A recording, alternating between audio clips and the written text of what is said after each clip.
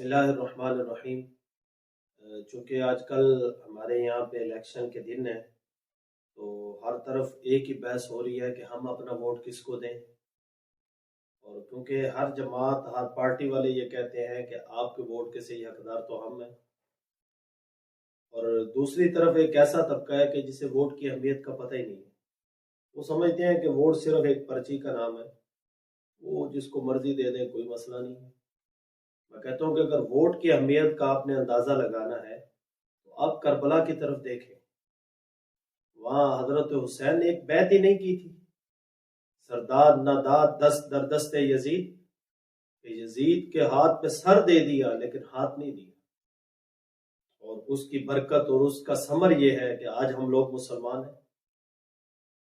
اس لیے ووٹ جو ہے یہ کوئی معمولی چیز نہیں ہے، اور عوام آج اسی کشمکش میں مبتلا ہے کہ ہم اپنا vote Noon League, P T I, Peoples Party, Jamiat Ulema Islam, یہ جماعت اسلامی، تحریک لبیک اور جتنی بھی جماعتیں ہیں، ہم اپنا ووٹ کس کو دیں؟ میں یہاں پہ ایک جماعت کو مینشن تو نہیں کرتا، لیکن میں یہ کہتا ہوں کہ آپ جس بندے کو اپنا ووٹ دیں اس میں 8 چیزیں دیکھیں۔ وہ 8 چیزیں کون سی ہیں؟ اگر وہ 8 ساری ایک بندے میں نہیں ہے تو چلیں آپ یہ دیکھیں ان میں زیادہ چیزیں کس بندے میں ہیں، تو جو بندہ اہل ہوگا اس کو آپ ووٹ دیں۔ اب وہ 8 خوبیاں کون سی ہیں؟ سب سے پہلی کہ آپ نے جس بندے کو ووٹ دینا ہے وہ پکا عقیدے کے لحاظ سے مسلمان اور اسلامی عقائد کی اہمیت سے خوب واقف ہو۔ نمبر 2، وہ سیاست کے اصول جانتا ہو، اسے سیاست کرنی آتی ہو۔ نمبر 3، وہ خود دیندار ہو، اگر وہ خود دیندار نہیں ہے تو دین اور اہل دین سے محبت کرتا ہو۔ نمبر 4، وہ دیانت دار ہو اور ضمیر فروش نہ ہو، یہ نہ ہو کہ آج آپ سے ووٹ لے اور کل اس کی بولیاں لگ رہی ہو کہ جو سب سے زیادہ پیسے دے گا میں اس کے ساتھ مل جاؤں گا، تو ضمیر فروش نہیں ہونا چاہیے۔ نمبر 5، وہ نظریہ پاکستان اور اسلامی قومیت کا حامی ہو۔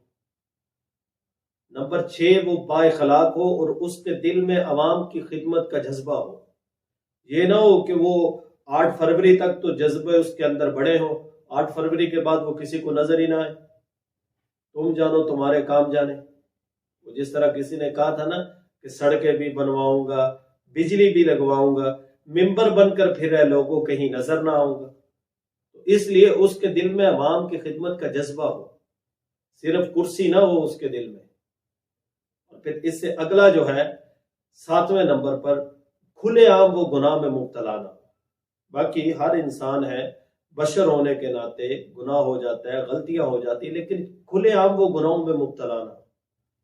اور جو نمبر 8 ہے وہ سب سے اہمیت کا حامل ہے کہ اس کا کس پارٹی کے ساتھ تعلق ہے، اور جس جماعت کے ساتھ اس کا تعلق ہے اس جماعت کا جو منشور ہے، جو مقاصد ہے، وہ شریعت کے مطابق ہو، شریعت کے خلاف نہ ہو۔ یہ 8 چیزیں جس کے اندر پائی جائے آپ اس کو ووٹ دیں۔ یہاں ایک اور اہم بات آپ کو بتا دوں کہ جب آپ کسی بندے کو ووٹ دیتے ہیں نا تو ووٹ کا مطلب ہے آپ اس کی سفارش کرتے ہیں کہ بھی میرے نزدیک یہ بندہ بڑا قابل ہے، اس کو اس سیٹ پہ ہونا چاہیے۔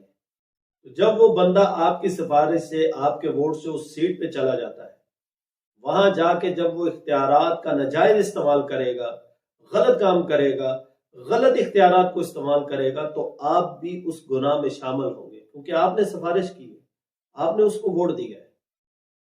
لیکن اگر وہی بندہ آپ کی سفارش اور آپ کے ووٹ سے اس جگہ پہ بیٹھ کے اچھے کام کرے گا، دین کی خدمت کرے گا، عوام کی خدمت کرے گا، تو آپ بھی اس ثواب میں شامل ہوں گے، یعنی آپ گناہ میں بھی شامل ہوں گے اور ثواب میں بھی شامل ہوں گے۔ اس لیے اپنے ووٹ کا استعمال سوچ سمجھ کر کریں۔